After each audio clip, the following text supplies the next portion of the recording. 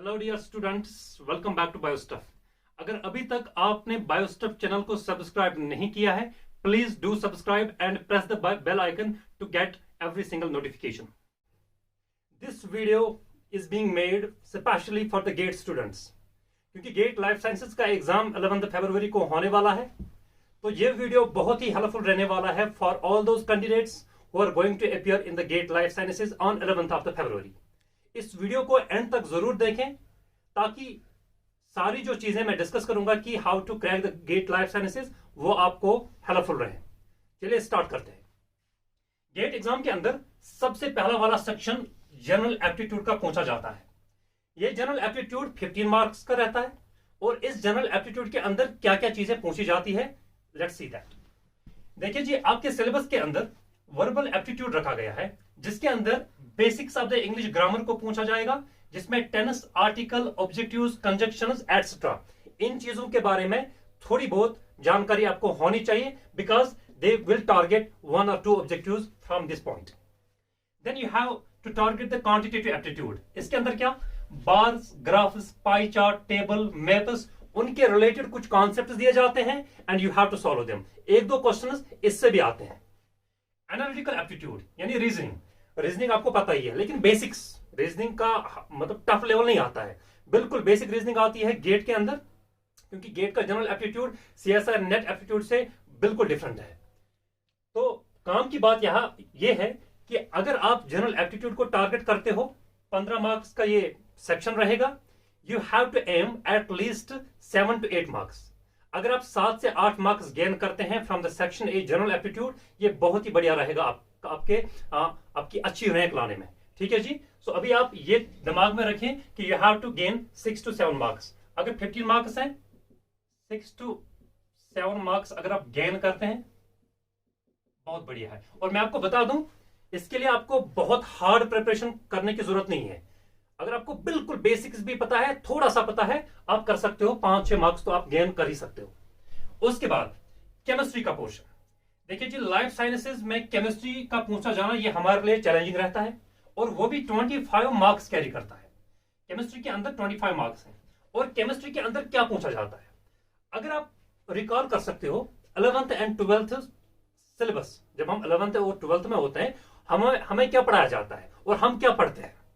और जब हम, अगर कोई कश्मीर का स्टूडेंट है तो जे.एंड.के सीईटी हुआ करता था, और जो रेस्ट ऑफ द स्टेट्स है नीट हुआ करता था। ठीक है जी।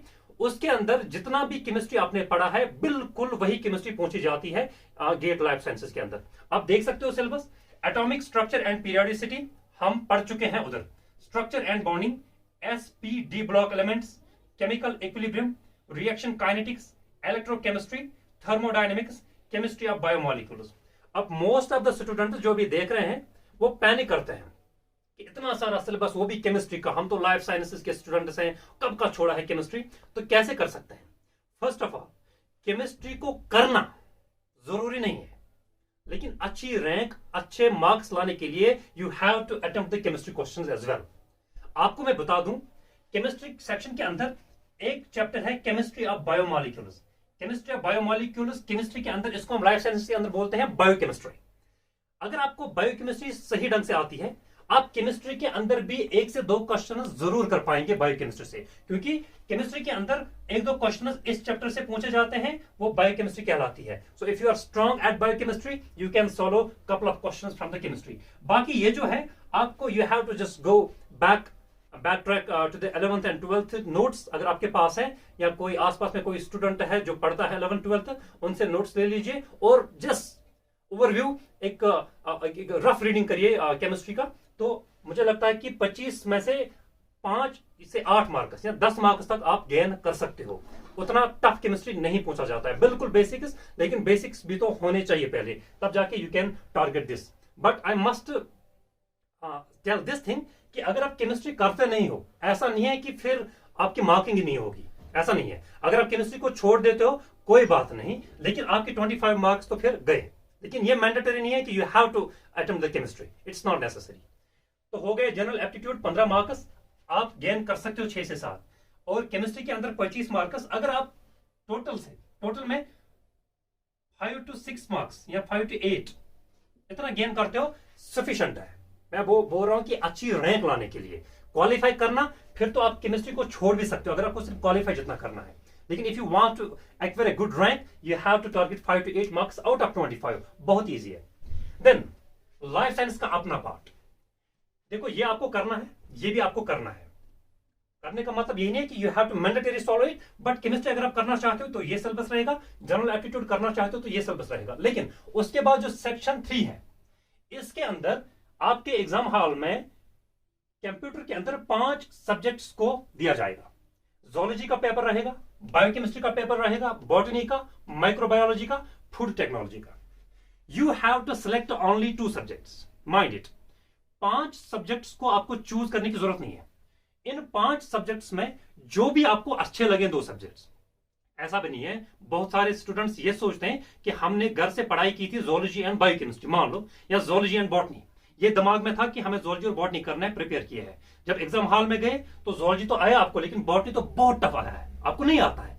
फिर वो ये दिमाग में नहीं रखना कि मुझे बॉटनी ही करना है क्योंकि मैंने प्रिपेयर किया था। नहीं, अगर आपको एग्जाम हॉल में भी आपका डिसीजन चेंज होता है कि मैं बॉटनी नहीं कर सकता, गो फॉर माइक्रोबायोलॉजी। अगर आपको बायोकेमिस्ट्री आसान लगता है उधर, अगर आपकी although if you have not studied the biochemistry during your preparatory phase, but अगर आपको बॉटनी टफ लग रहा है उधर जो कि आपने पढ़ा था, you can still go for the biochemistry, you can still go for the microbiology, any 2 subjects you can choose in the examination hall। ठीक है जी। मान लो हम 2 को लेके चलते हैं। फॉर एग्जाम्पल आपने जोलॉजी एंड बायोकेमिस्ट्री को चूज किया। जोलॉजी के रहेंगे 30 मार्क्स, बायोकेमिस्ट्री के रहेंगे 30 मार्क्स, यानी ये 30 ये 30, टोटल में हो गए 60 मार्क्स। ऐसे ही कोई स्टूडेंट ऐसा हो सकता है जो माइक्रोबायोलॉजी एंड फूड टेक्नोलॉजी को चूज कर सकता है, वो भी 60 मार्क्स से गेन करेंगे, 60 मार्क्स का ही पेपर रहेगा। बायोकेमिस्ट्री और बॉटनी को चूज करेगा तब भी 60 मार्क्स। कहना काम की बात यह है कि एट द एंड 60 मार्क्स का पेपर रहेगा आपके सेक्शन सी के अंदर, जिसमें 5 सब्जेक्ट्स के अंदर you have to choose only 2 subjects. फिर आपकी मर्जी है कौन से सब्जेक्ट्स 2 आप चूज करना चाहोगे, लेकिन मार्क्स रहेंगे 60 क्योंकि हर पेपर का 30 मार्क्स है।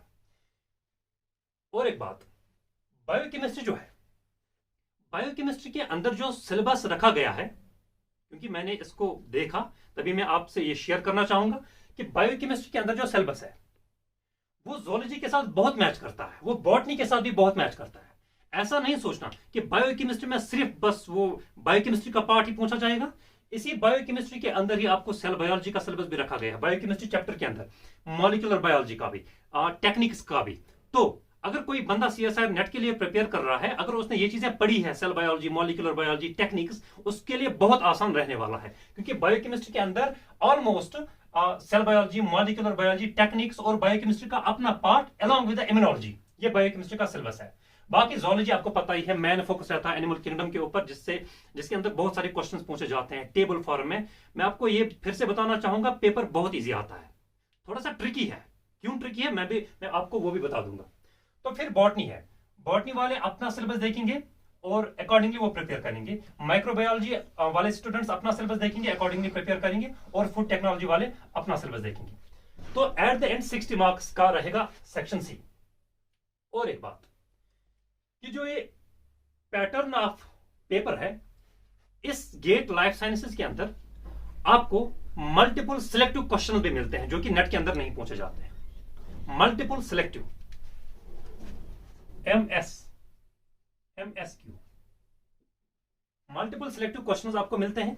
वो आपको जनरल एप्टीट्यूड के अंदर भी 1-2 क्वेश्चंस मिलेंगे, केमिस्ट्री के अंदर भी 2-3 क्वेश्चंस मल्टीपल सिलेक्टिव होंगे, और इन सब्जेक्ट्स के अंदर भी 2-3 क्वेश्चंस मल्टीपल सिलेक्टिव होंगे। मल्टीपल सिलेक्टिव में आपको बड़ा केयरफुल रहना होता है, क्योंकि कभी कभार ऐसा होता है कि 4 ऑप्शन दिए गए हैं, 3 ऑप्शन पे आपको बड़ा भरोसा है कि ये 3 ऑप्शन सही है, लेकिन 4th ऑप्शन आपको उसके बारे में इल्म ज्यादा नहीं है, लेकिन क्या पता वो भी सही हो, क्या पता वो गलत हो। तो उसके लिए आपको you have to be more careful to solve the multiple selective question. लेकिन इसका एक बेनिफिट है कि मल्टीपल सिलेक्टिव क्वेश्चंस के लिए नेगेटिव मार्किंग नहीं रखी गई है, क्योंकि थोड़ा टफ करना होता है, तो negative marking multiple selective questions के लिए नहीं है। अगर आप कर भी लेते हो अटेम्प्ट तो मार्क्स आपके कट नहीं हो जाएंगे, ठीक है जी। और फिर मल्टीपल चॉइस क्वेश्चंस भी होते हैं जो कि मैक्सिमम क्वेश्चंस होते हैं। गेट लाइफ साइंसेस के अंदर आपको फिल इन द ब्लैंक्स वाले क्वेश्चन भी मिलेंगे। हैरानी होगी आपको सुन के कि बायोकेमिस्ट्री में कुछ न्यूमेरिकल्स आपको ऐसे मिलेंगे जहां पे ऑप्शन भी नहीं होंगे। जैसे कि कोई न्यूमेरिकल पूछा गया, नीचे ऑप्शन दिए गए हैं, मान लो ऑप्शन है 2, 3, 4, 5 ये 4 ऑप्शंस रहने चाहिए थे। इन 4 में से एक ऑप्शन सही है, लेकिन कुछ क्वेश्चन ऐसे होंगे न्यूमेरिकल फॉर्म में कि एट द एंड जो आपको आंसर देना होगा वहां पे एक ब्लैंक दिया गया होगा, एक डैश लाइन दी गई होगी, और आपको ये पता करना होगा कि एग्जैक्ट आंसर क्या है। ऑप्शंस नहीं दिए होंगे, exact answer to the point आपको वो आंसर देना है। तो ये ट्रिकी रहता है गेट लाइफ साइंसेस के अंदर कि फिल इन द ब्लैंक्स वाले क्वेश्चंस भी आते हैं in the form of numericals. So you have to be careful. Now कितने मार्क्स हमें लाने चाहिए to qualify the GATE, and कितने मार्क्स हमें लाने चाहिए to acquire a good rank to get the admission in any IIT institute. अगर कोई बंदा सीरियस है अबाउट द गेट, उसको अच्छी रैंक लाना वो बहुत जरूरी है। लेकिन अगर कोई बंदा सीरियस है अबाउट द सीएसआई नेट लेकिन गेट क्वालिफाई करना चाहता है, वो भी मैं बता दूं कि कितने मार्क्स उसको लाने चाहिए। देखो जी, अगर जनरल एप्टीट्यूड में सबसे पहले हम देखेंगे कि अगर कोई बंदा रैंक लाना चाहता है, अगर किसी को अच्छी रैंक लानी हो, उसको क्या करना चाहिए। अगर जनरल एप्टीट्यूड के अंदर वो 6 से 7 मार्क्स लाता है, यहां पे मैं लिखा, I hope I am visible, 6 to 7 marks general aptitude के अंदर आउट ऑफ 15। ठीक है जी। केमिस्ट्री के अंदर उसने 5 से 8 मार्क्स लाए,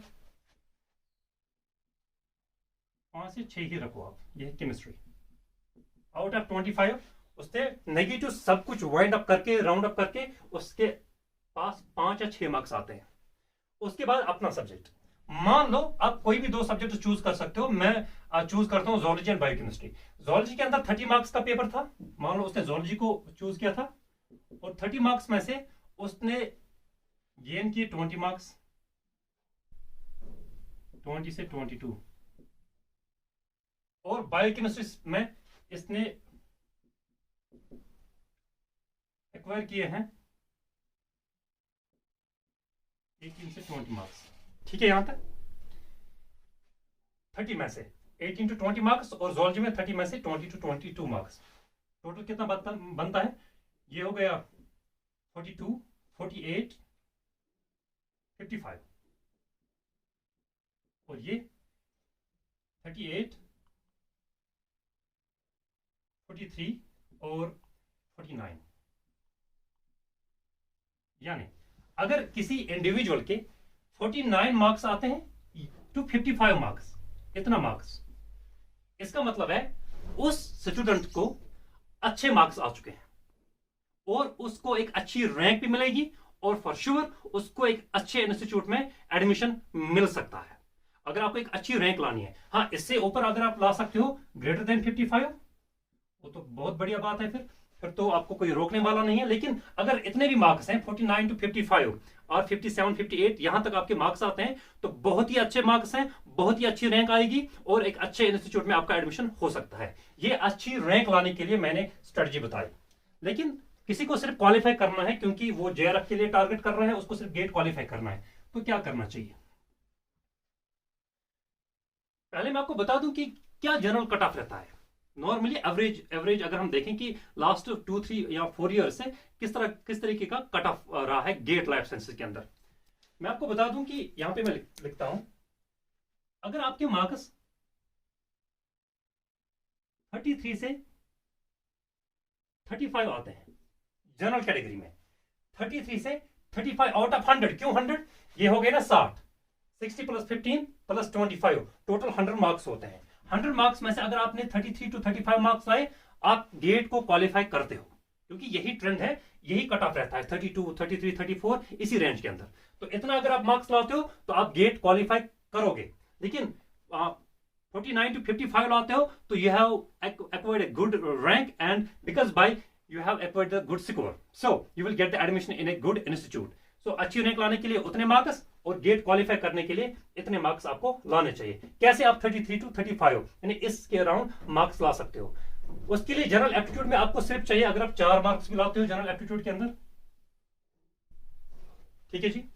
केमिस्ट्री के अंदर क्योंकि आपको सिर्फ क्वालिफाई करना है, केमिस्ट्री के अंदर अगर आप 25 मार्क्स में से सिर्फ मान लो मार्क्स 4 ही लाते हो, काफी है। और जोलॉजी के अंदर 30 के अंदर फॉर एग्जांपल कोई भी आप सब्जेक्ट चूज कर सकते हो, I am just taking the zoology. अगर आप जोलॉजी के स्टूडेंट हो, 30 में से अगर आपको 16 तक आते हैं, बायोकेमिस्ट्री थोड़ा सा टिपिकल रहता है उधर, क्योंकि मैंने बोला कि 5-6 न्यूमेरिकल्स भी आते हैं बायोकेमिस्ट्री के अंदर, और कुछ numericals fill in the blank type के होते हैं। बायोकेमिस्ट्री के अंदर अगर आपके 12 मार्क्स तक रहते हैं, आप देख सकते हो 28, 36 marks, if I am not wrong, हाँ 36 मार्क्स। 36 मार्क्स पे आप सेफ जोन में हो, आप गेट क्वालिफाई पक्का करोगे, ठीक है जी। तो आप खुद ही देख सकते हो कितना ही आपको करना है। जनरल एप्टीट्यूड के अंदर सिर्फ 4 मार्क्स, केमिस्ट्री के अंदर सिर्फ 4 मार्क्स, जोलॉजी के अंदर 30 में से 16, या बॉटनी या माइक्रोबायोलॉजी कोई भी सब्जेक्ट ले लो, और बायोकेमिस्ट्री के अंदर मैं ये मान के चलता हूं कि ये थोड़ा सा टफ है, हमें उतना आता नहीं है, क्योंकि न्यूमेरिकल्स 5-6 आ जाते हैं उधर, तो 12 ही मार्क्स रखते हैं। 36 मार्क्स तब भी अगर आपको आते हैं, you will qualify the get for sure.